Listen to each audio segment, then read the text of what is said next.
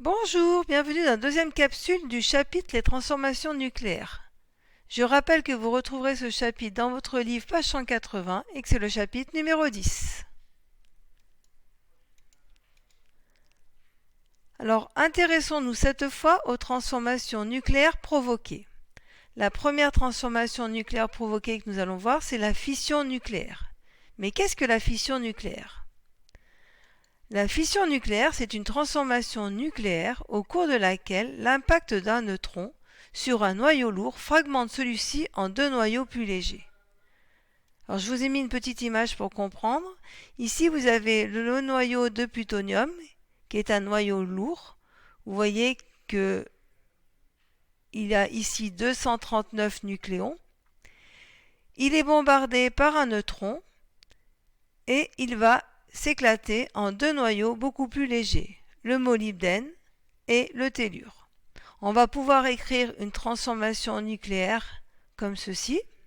Donc le plutonium est bombardé par un neutron. Il va se former deux noyaux, le tellure et le molybdène. Et nous allons avoir émission de 3 neutrons. Alors là, nous allons encore regarder si nous avons conservation du nombre de masses et du nombre de charges, de A et de Z. Alors si nous regardons A, nous voyons que 239 plus 1 égale 135 plus 102 plus 3 fois 1. Alors ne pas oublier le 3. Ici on a bien 3 neutrons, donc on fait bien 3 fois 1.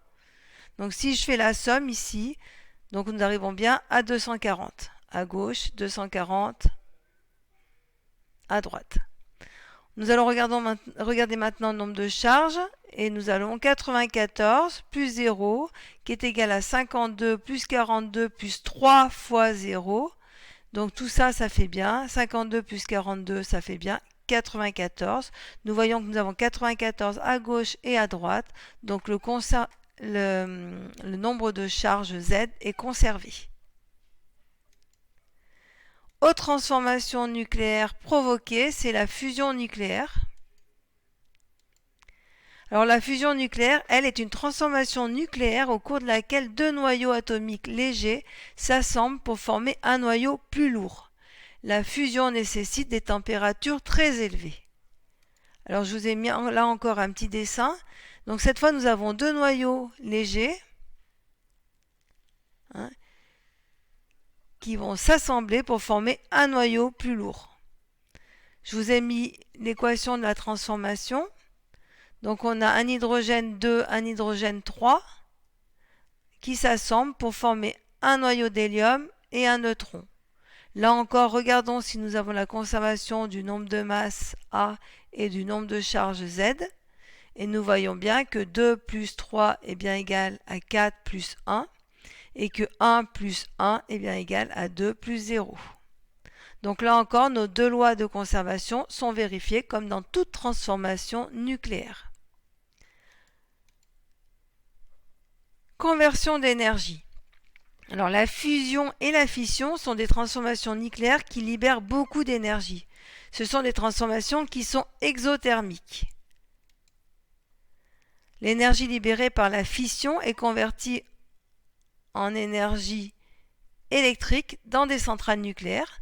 Donc on utilise la fission de l'uranium dans les centrales nucléaires et ça nous fournit une énergie qui est considérable, donc qui nous fournit notre électricité. Par contre, l'énergie libérée par la fusion est celle en fait libérée au cœur des étoiles et elle est convertie en énergie lumineuse. Voilà, donc ces énergies libérées lors de la fusion et de la fission sont extrêmement grandes. Voilà, j'ai fini pour la dernière capsule du chapitre Les transformations nucléaires et je vous retrouverai pour un prochain chapitre. À bientôt!